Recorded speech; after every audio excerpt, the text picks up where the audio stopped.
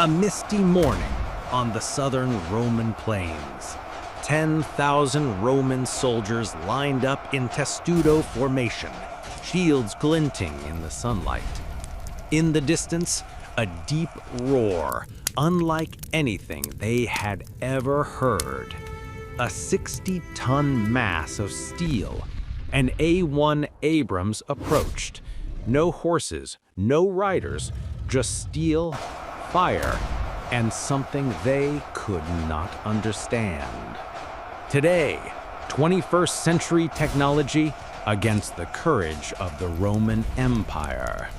The question was, could a modern war machine survive among 10,000 ancient warriors?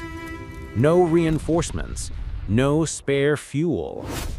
An Abrams pulled through time, dropped into a world 2,000 years in the past.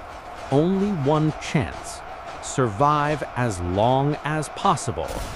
On the other side, 10,000 elite Roman soldiers, commanded by a battle-hardened centurion with the undying belief that nothing is invincible to Rome. M1 Abrams, the heart of the U.S. Army. 120mm main gun, firing armor-piercing shells at 1,700 meters per second. Chobham composite armor, able to withstand modern anti-tank guns. 1,500 horsepower turbine engine can pull a 60-ton block of steel at 67 kilometers per hour.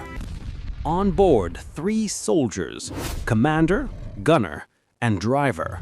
40 artillery shells, 9,000 machine gun rounds, and 490 liters of fuel, enough for several hours of operation.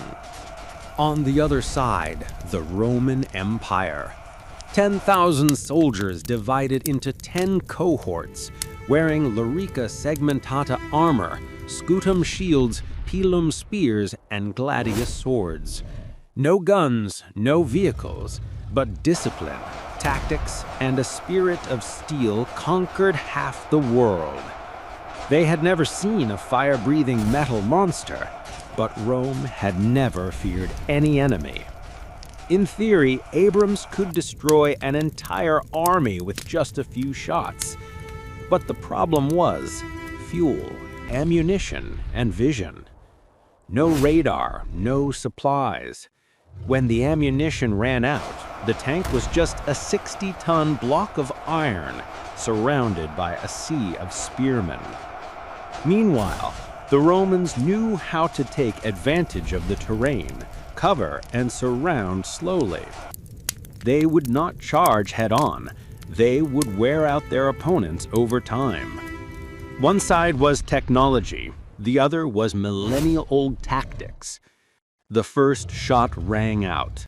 Hundreds of Roman soldiers were blown away, an explosion no one in history had ever witnessed.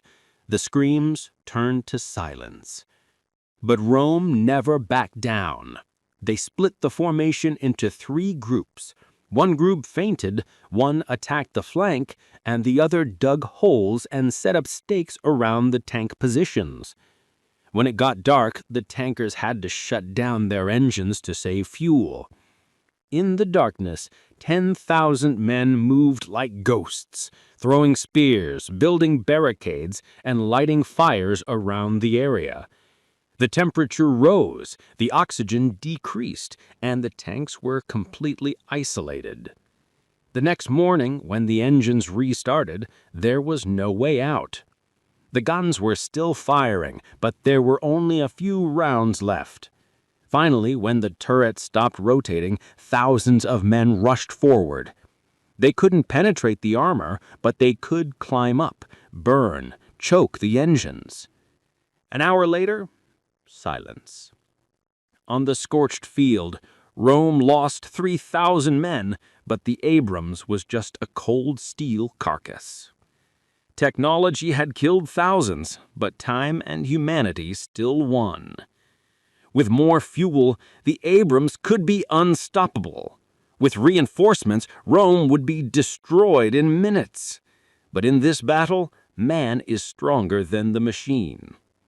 The question is, if you were the commander in that tank, alone among thousands of Roman soldiers, what would you do?